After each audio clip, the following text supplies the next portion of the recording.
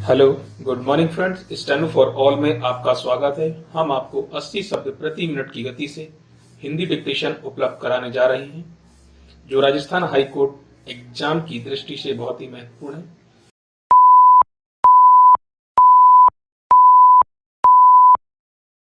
कितने अधिकारी नेता जानते होंगे कि राजस्थान में कृषि के बाद आर्थिक रीढ़ के रूप में पशुधन ही आता है।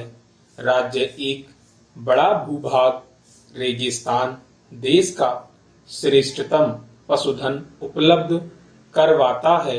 यहाँ दूध दही नहीं पशु बेचे जाते हैं। देश में अन्यत्र इतना बड़ा पशुधन ही उपलब्ध नहीं है। यूरोप के हॉलैंड, डेनमार्क, स्वीडन जैसे कई देश केवल पशुधन आधारित उद्योगों के बूते ही समृद्ध हैं। राजस्थान का दुर्भाग्य है कि 70 सालों में इस क्षेत्र के विकास के स्थान पर ह्रास ही हुआ है। यह सरकारों की समझ का ही प्रमाण है। पश्चिमी राजस्थान से गाय, बैल, ऊंट, घोड़े, बकरियां, भेड़ें आदि देश भर में उपलब्ध करवाए जाते हैं। मालाड़ी घोड़े तो अरबी नस्ल से टक्कर लेते हैं। पुलिस, सेना व रेस क्रॉस में इन घोड़ों की उपस्थिति प्रत्यक्ष है। ऊंट भी सीमा क्षेत्र पर सदा ही बीएसएफ का मुख्य वाहन रहा है। थार पारकर, कंकरेजी, नागौरी, राठी जैसी गौवंश की नस्लें भी इसी क्षेत्र की देन हैं। आज गुजरात की रेगिस्तान की गीर गाय राजस्थान में प्रसिद्ध है। हमारी गायों के नाम तक लोगों को पता नहीं। प्रशासन को धिक्कार है। सरकार को चाहिए कि अधिकारियों को क्षेत्र का प्रशिक्षण देकर भेजे। ऐसा क्षेत्र देश में अन्यत्र नहीं है। संपूर्ण गतिविधियां ही भिन्न हैं। साधारण बुद्धि का अधिकारी नुकसान ही करता आया है। जब 4 से 5 अधिकारी एक जैसे अनभिज्ञ मिल जाएं, तब नीतियां जनता के हाथ से निकल जाती हैं। आज सरकार की सारी ताकत इस क्षेत्र को कृषि प्रधान हरा भरा बनाने पर है। नहरों का जाल बिछाने पर जोर है। सरकार गंगानगर क्षेत्र के नहरी प्रभाव से कुछ सीखना नहीं चाहती। पूरे नहरी क्षेत्र के गांव उजड़ गए। मिट्टी में सेम दलदल की समस्या से उसका सारा उपयोग सदा के लिए खत्म हो गया। किसान पशु क्षेत्र छोड़ गए। यह कैसा राजनीतिक दबाव है, या हठ धर्मिता ही कहें इसको। पशुधन लुप्त राज्य की विरासत लुट जाए और अधिकारी अपनी योजनाओं की वाहवाही लूटें। पोपावाई का राज ही कहेंगे। ये तो तब है जब मुख्यमंत्री स्वयं उसी क्षेत्र से हैं। सेवण घास और राठी का महत्व जानते हैं। पशुधन की कीमत पर हरित क्रांति के सपने मरु प्रदेश को उजाड़ देंगे। यह मिट्टी जल के साथ मित्रता नहीं करती। जोधपुर में कायलाना का अनुभव इसका प्रत्यक्ष प्रमाण है। बड़ा गर्व था कि जोधपुर तक नहर का पानी पहुंचा दिया। आज मंडोर, क्षेत्र के सभी घरों के ताल घरों में जल प्लावन देखा जा सकता है। क्या यह दृश्य किसी त्रासदी से कम है?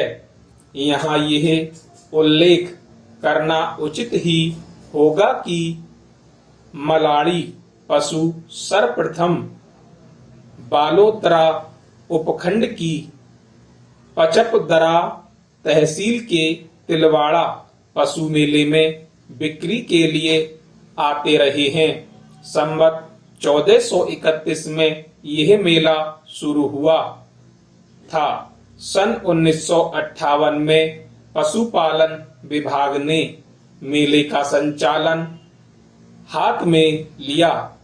लूणी नदी में पानी नहीं रहता, किंतु मेले के दौरान लाखों पशुपालकों के लिए प्रकृति मीठा पानी देती है। मेले के बाद पानी फिर लुप्त हो जाता है। अर्थात यह एक आस्था प्रधान मेला है जिसे अधिकारी सोच के बाहर मनाते हैं। एक अति समृद्ध मेला रहा है। रेल से पशुओं को लाने तक की व्यवस्था भी थी, जो एक नियोजित ढंग से हटवा दी गई। हमें भारत का कृषि कैलेंडर भी देखना चाहिए। तिलवाड़ा में कौन लोग क्या खरीदने कहां से आते थे, सब रिकॉर्ड पर है। कितना राजस्व आता था, यह भी रिकॉर्ड पर है। सन 2018 में विभाग को 11 लाख रुपए की आय हुई थी। कुल 85 लाख के पशु बिके थे। तिलवाड़ा से ही पशु नागौर पर्वतसर होते हुए पुष्कर मेले जाते हैं। कैलेंडर से मेलों की कड़ी चलते चलते केरल तक जाती है। तमिल बंगाल होकर हमारे पशु असम पहुंचते हैं। तिलवाड़ा मेलों का सिरमौर है। बस नागौर पुष्कर जैसा सुविधा प्रदान नहीं है। पिछले वर्ष कोरोना मेले को लील गया था। इस बार प्रशासन ने नागौर पुष्कर मेलों की स्वीकृति तो जारी कर दी, तिलवाड़ा की स्वीकृति नहीं दी, जो मेला पशुधन की समृद्धि और सांस्कृतिक विरासत का स्तंभ है। क्या बात बुद्धिमानों की समझ में नहीं आती। मैंने तो तिलवाड़ा मेले में 2 दिन वहीं रहकर जानकारियां ली हैं। मेले में पशुधन हेड़ 200 पशुओं का समूह रूप में बिकता है। सभी 201 ही नस्ल के, एक ही उम्र के होते हैं। यह स्तर अन्यत्र कहीं दिखाई नहीं देता। एक तरह से थोक बाजार कह सकते हैं। इस मेले का ना लगना देश के सभी पशु मेलों की गुणवत्ता पर प्रश्न चिन्ह लगा देगा और अधिकारियों की समझ पर भी। तिलवाड़ा सिर है काटकर राहु खड़ा करना चाहते हैं।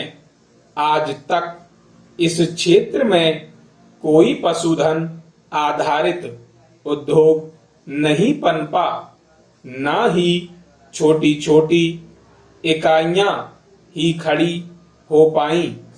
जो हाल कृषि क्षेत्र की योजनाओं का है, वैसा ही हाल पशुधन के विकास का है। आज तो गरीब आदमी को सरकारी उत्तर मिलते हैं, तब पशुओं के साथ क्या हो सकता है, सोचा जा सकता है।